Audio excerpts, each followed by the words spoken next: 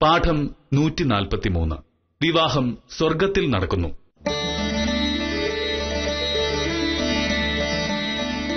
ഈശ്വര, ഇന്നത്തെ കേസ് ഏതാണെന്നറിയാലോ. പ്രഭാകരൻ കോൺട്രാക്ടർക്ക് ഇന്ന് ജാമ്യം കിട്ടിയാൽ മാറുന്നത് എന്റെ ജാതകമാ. ഒന്നു കൂടെ നിന്നോളണേ. എങ്ങനെയെങ്കിലും ഈ കേസ് ജയിച്ചേ പറ്റൂ. സർക്കാർ ഭാഗം വാദിക്കുന്നത് അഡ്വക്കേറ്റ് ശങ്കരനാരായണ. അങ്ങേരുടെ സ്വഭാവം ഞാൻ പറയാതെ തന്നെ നിങ്ങൾക്കൊക്കെ അറിയാവുന്നതാണല്ലോ.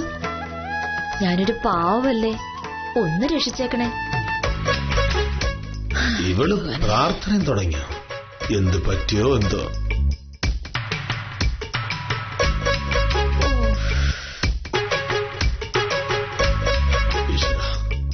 ഞാൻ ഇറങ്ങാം ഭവേ. മോനോടെ നിക്ക്, ഞാനിതാ വരുന്നു.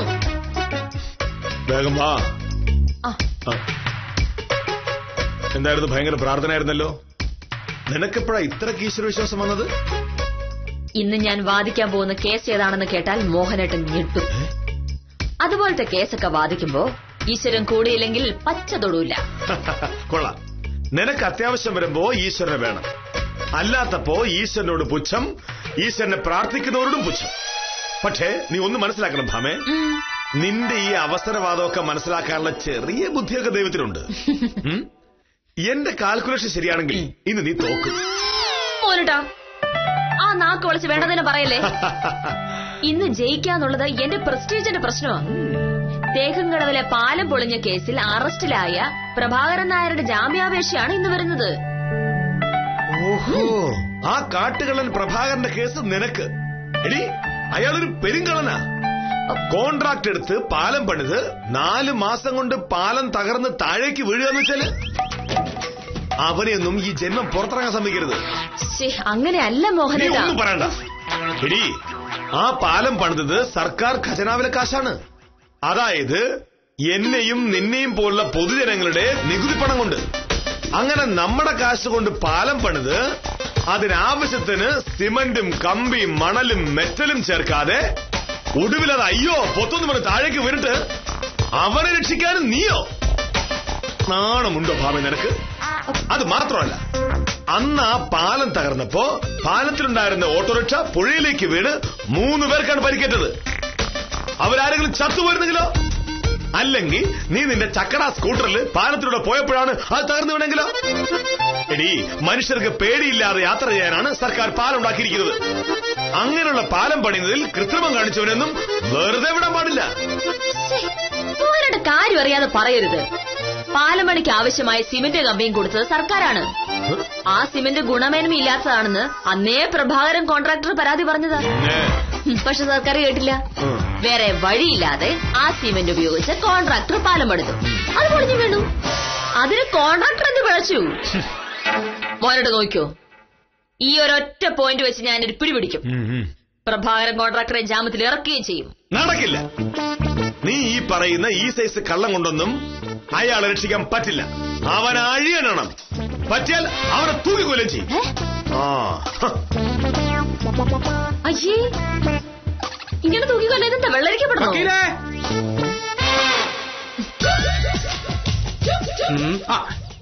ഇതൊന്നും നേരത്തെ.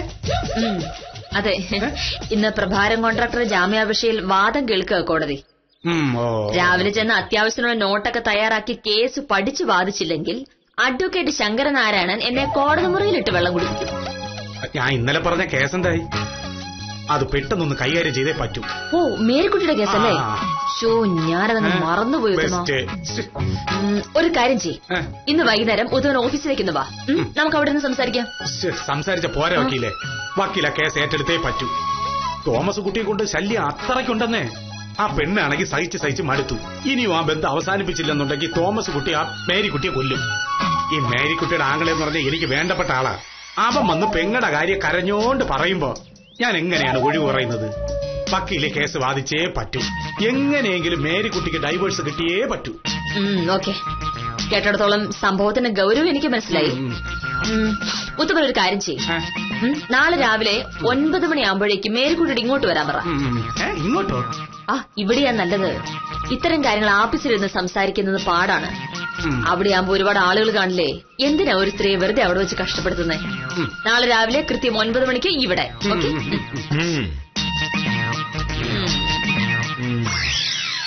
ഞാൻ പോട്ടെ സാറേ. എന്താ കേസ്? എന്റെ സാറേ, നമ്മുടെ പുളിക്കല തോമസുടെ വീട്ടിലെ എന്നും അടിയും വഴക്കും. അവന്റെ സ്വഭാവം സാറിന് അറിയാല്ല. 24 മണിക്കൂറും വെള്ളം. എന്നിട്ടവൻ വീട്ടിൽ ചെന്ന പാടെ മേരിക്കുട്ടിയെ കൈവയ്ക്കും. അതാണെങ്കിൽ ഒരു പാവമാണ് സാറേ. തല്ലും ചവിട്ട് കൊണ്ടുകൊണ്ട് മടുത്തു. ഇപ്പൊ അവള് പറയുന്നത് ബന്ധം പിരിയാന്ന. ഡൈവേഴ്സ് കേസ് വക്കീലിനെ കൊണ്ട് വാദിക്കാന്ന് ഞാൻ വാക്കും കൊടുത്തു. കഷ്ടം. ഒരു ഭാര്യയും ഭർത്താവിനും തമ്മിൽ പിരിക്കാൻ ഉത്തമൻ എന്തുത്സാഹം! ഭാര്യ ഭർത്തൃ ബന്ധത്തിന്റെ പവിത്രത അറിയാത്ത നിന്നെയൊക്കെ തിരഞ്ഞു പാലടിക്കണം. അല്ല, ഉത്തമൻ അങ്ങനെ അറിയാൻ? ഉത്തമൻ കല്യാണം കഴിച്ചിട്ടില്ലല്ലോ. മൂക്കറ്റം വലിച്ചു കയറ്റിയിട്ട് വീട്ടിൽ ചെന്ന് ഭാര്യ ഓലക്കെടുത്ത് മണ്ടക്കടിക്കുന്നതാണോ ഈ പറഞ്ഞ ഭാര്യ ഭർത്തൃ ബന്ധത്തിന്റെ പവിത്രത?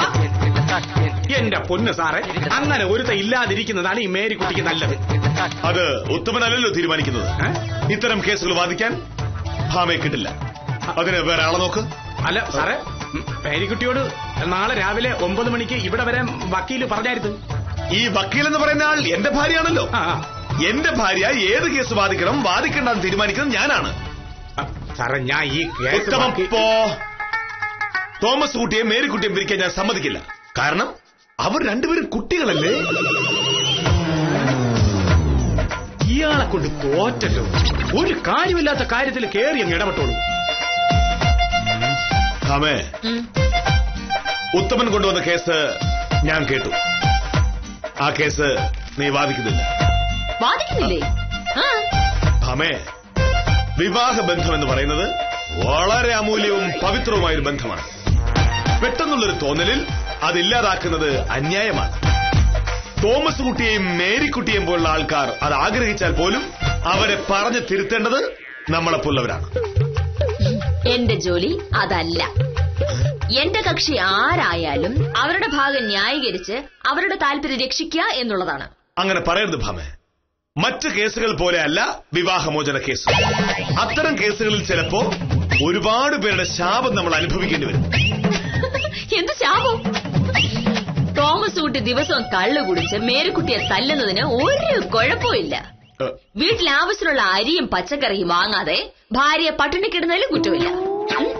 തല്ലുകൊണ്ട് പട്ടിണി കിടന്നും സഹികെട്ട മേരിക്കുട്ടി ഇനി എനിക്ക് ഈ ബന്ധം വേണ്ട എന്ന് പറയുന്നത് മാത്രമാണ് കുറ്റം. മോഹനേട്ടാ, ആ കാലമൊക്കെ പോയി. ഭർത്താവിന്റെ ആട്ടുതുപ്പ് സഹിച്ച് കഴിയേണ്ട ഒരു കാര്യവും ഒരു മേരിക്കുട്ടിക്കുമില്ല. മര്യാദയില്ലാത്ത ഭർത്താവിനെ തനിക്ക് വേണ്ട എന്ന് തീരുമാനിക്കാനുള്ള ധൈര്യവും സ്വാതന്ത്ര്യവും ഇപ്പോഴത്തെ പെണ്ണുങ്ങൾക്കുണ്ട്. ഞാൻ മേരിക്കുട്ടിയുടെ കേസ് വാദിക്കും, വിവാഹമോചനം മേടിക്കും. പറ്റിയാൽ തോമസ് കുട്ടിക്കെതിരെ ഗാർഹിക പീഡനത്തിന് കേസും കൊടുക്കും. അവനെ ജയിലിൽ വിടും. പക്ഷേ ഞാൻ ജീവിച്ചിരിക്കുമ്പോ അത് സമ്മതിക്കുന്ന പ്രശ്നമില്ല. ഇക്കാര്യത്തിൽ എനിക്ക് മോഹനേട്ടന്റെ സമ്മതം ആവശ്യമില്ല. ഞാൻ നിന്റെ ഭർത്താവാണ്. അതുകൊണ്ട് ഭർത്താവിന്റെ ഇഷ്ടാനിഷ്ടങ്ങൾക്കനുസരിച്ച് തുള്ളാനുള്ളൊരു പാവയല്ല ഭാര്യ. ഞാൻ കേസ് വാദിക്കുമെന്ന് പറഞ്ഞാൽ വാദിച്ചിരിക്കും, ജയിക്കുമെന്ന് പറഞ്ഞാൽ ജയിക്കും. അത് തടയാൻ എന്തെങ്കിലും തറവേലയുമായിട്ട് വന്നാൽ അടുത്ത ഒരു ഡൈവേഴ്സ് കേസ് കൂടി ഉണ്ടാവും. അതേത് കേസ്? ഈ സത്യഭാമ മോഹനകൃഷ്ണനെതിരെ കൊടുക്കുന്ന കേസ്. എന്റെ കേസ് ഞാൻ തന്നെ വാദിക്കും. മോഹനേട്ടൻ വേറെ വക്കീലിനെ അന്വേഷിക്കേണ്ടി വരും. മനസ്സിലായല്ലോ?